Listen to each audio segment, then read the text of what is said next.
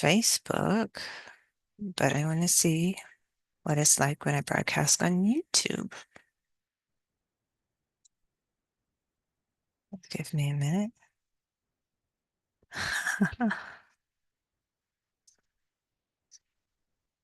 Okay, cool. Welcome. So I decided to broadcast this usually internal call because, oh, I gotta mute myself 1 second. Because I have like a kind of weighty message, and it's like, this is a lesson that I've been learning since 2011. So I think it's come full circle. So it's time for me to share because I'm more convinced of the truth of this than ever. And I know it might sound airy-fairy to some of you, but the truth is the truth. So that means that you can look for evidence of it in your surroundings, or you could say in nature, and then you will see that this truth continues to play out in the same way, in the same pattern every time. So, this is the Divine Balance Daily Power Up call. So, the agenda is I will share a thought of the day a little bit.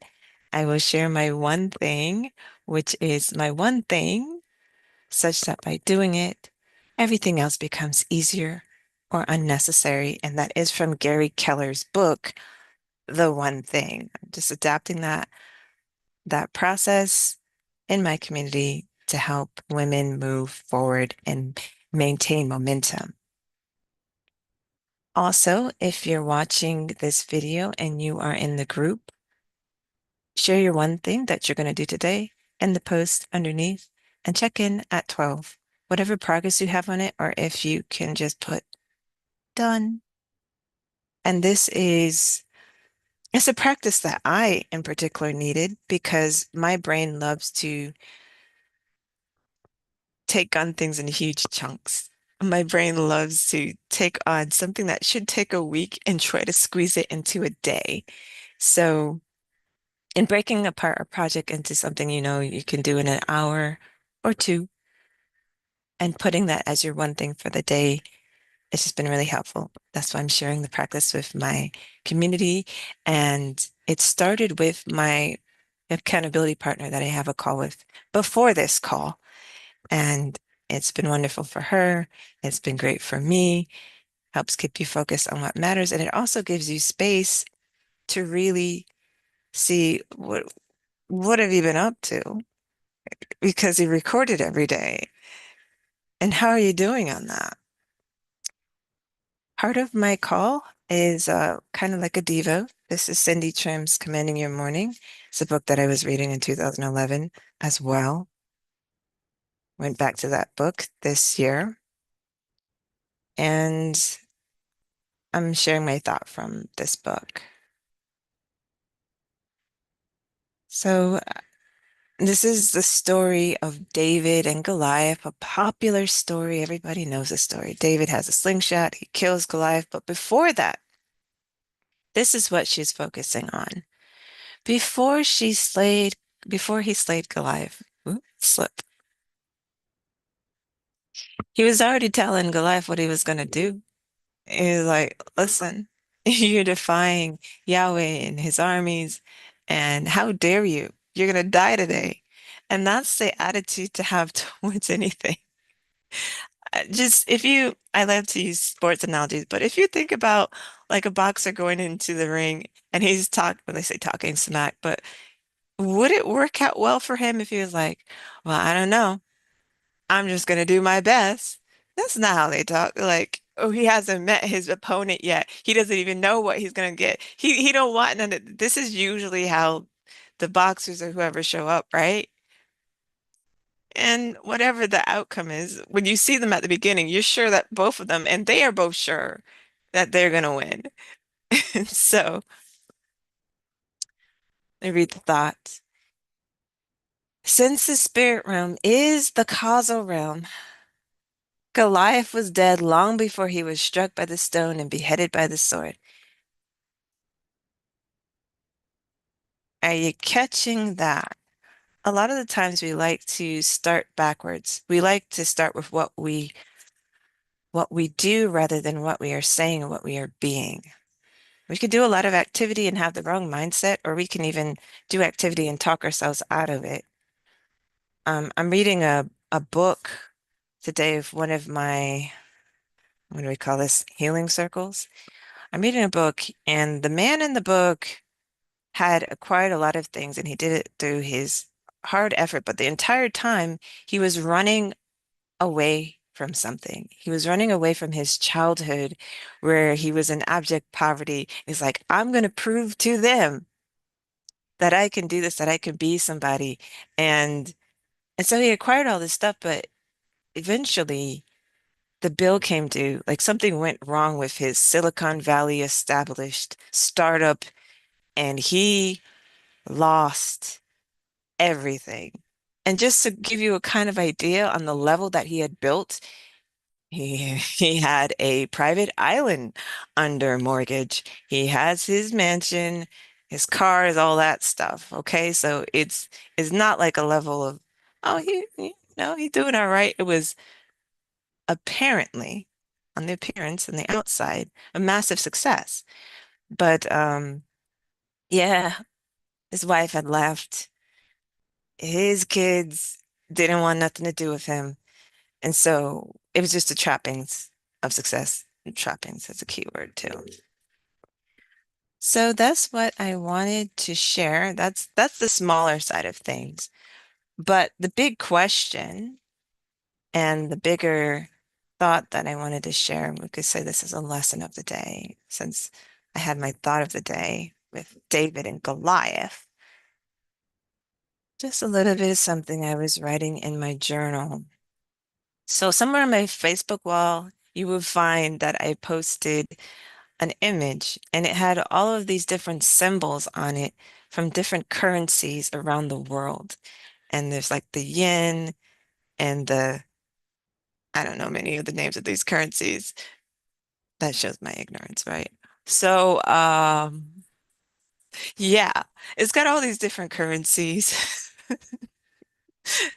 The won, the yen, the other kind of dollars, pounds. Yes, the British pound and American dollar, of course. And over the top of it, it has, and the greatest of these is love. Because a few years ago, or maybe not a few years, many years ago, I was told that the currency of heaven is love. And I've been watching this with some of the people that I follow, like Eric Thomas, formerly known as E.T., the hip hop preacher, uh, Dr. Eric Thomas now. He has his branding and everything. And he was talking about how no matter what people do or do to him or the people that have like hurt him in his past, he still shows up with love because he's like, that's just who I am. And it plays out in the opportunities that he's given. And then also he got to have a clean act to keep doing his very usually corporate gigs that he gets. And what a way to be. Like you really don't have any situations where people be like, "Oh, so you see him like that today, but 12 years ago, ET did me dirty, da da da da da da da da da da." It just doesn't come up because he had maintained his integrity through the years. I don't know if he's ever yelled at people and stuff, but I learned the lesson from observing his life. And then also from being on the John Maxwell team, John Maxwell leadership. He had said this happened to him twice where he got betrayed for people on the inside of his organization. These people that he had trained and brought up as leaders, some of them just like embezzled on the side, basically just stole money from him. And he had a choice. He was talking about having a choice to either become very guarded and not let anybody close enough to ever betray him again, or to be himself, which he sits on a stool and he teaches, he's like, "Hi, my name is John, and I'm your friend." John Maxwell. It's a beautiful way to be, I think. And then he tells his story of how he started in one place and he grew to the limits of that place. And then he moved to a larger place and he grew to the limits of that place. And then he moved to a larger space. And now people are just knocking on his door trying to work with him. I don't know that he has a larger space to grow to, but he is having impacts on governments of countries now, like like Guatemala. I believe that was one of his missions, training the ministries in Guatemala on leadership and leaving that legacy. So, the greatest of all of these is love. What does it look like for you to show up in love no matter what's going on, no matter what people around you are doing, and still be like, this is who I am. Because it's the truth that it's the currency of heaven, and whatever you put out comes back to you. It's like the echo that you put out into the universe. Love, love, love, and love comes back, or hate, hate, hate, and hate comes back. So I'm going to share another part that was in the book because I would say me and my accountability partner are still working on this. And I lived in this one verse, Proverbs 18:21, for an entire year. I was meditating on it, 2011 through 2012, meditating on it every single day because I felt like I hadn't fully grasped it.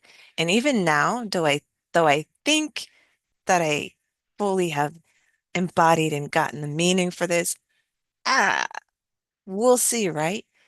Because you know if you have something, if you're witnessing the fruit of whatever that thing is.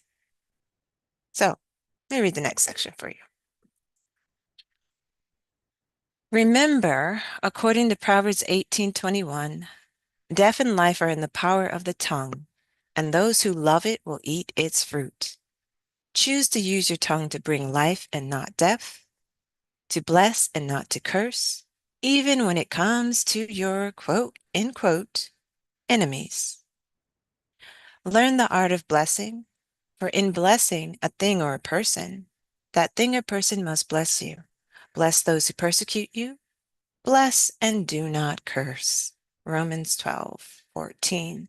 When you bless, blessings will be drawn to you, or as Deuteronomy 28:2 says, blessings shall come upon you and overtake you. Conversely, in cursing a thing or person, you draw curses upon yourself. Again, as James said, a double-minded man is unstable in all of his ways. James 1:8. What did he mean? A double-minded person is a person with conflicting thoughts, someone who holds two different opinions at the same time. That person is the pilot who steers the ship toward one port for a while and then reverses it to steer towards another in the opposite direction. He is like a wave of the sea, driven and tossed by the wind. At one point, your life is headed towards blessings because that is what you have spoken. And the next, it is headed towards cursing because that is now what your mouth is proclaiming. James again describes the pilot's plight later in his letter. With it, meaning the tongue, we bless God the Father, and with it we curse men who have been made in the similitude of God. Out of the same mouth proceed blessing and cursing. My brethren, these things ought not to be so. James 3:9-10. So When I said that, me and my accountability partner are still working on this thing. It is difficult not to be moved by people. However, there is a scripture that can help with that, where it says, He keeps in perfect peace those whose minds are set on Him. So if you're focused on the Spirit and not on what people around you are doing, because their motivations and their ideas and their thoughts are from where God knows where, then you can stay steady. And with that, I will share my one thing for the day. So,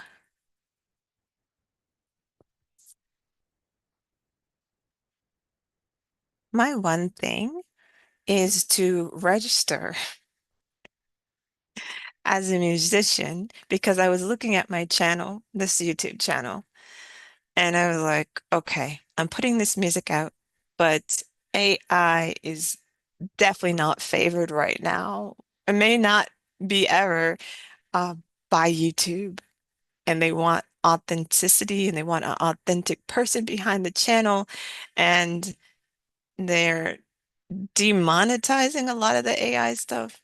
I'm not monetized anyway. I'm here to teach and share and then invite people to my community. However, this was disturbing for me because I'm just like, I do want people to hear the music and the message behind the music. So, what is the opportunity there? Distribution through Spotify and other platforms, even though a lot, half of the time it's not me singing, right? Um, the last few things that I rolled out, it was just like Suno stuff, Suno voices. And that if you ever hear the whisper, that's me. Starting at the beginning. Yeah. So again, if you're watching this in the community, um, post your one thing underneath this video and check in by 12. And mine is simple, so I'm going to get that done right now and then go enjoy my breakfast. I'll see y'all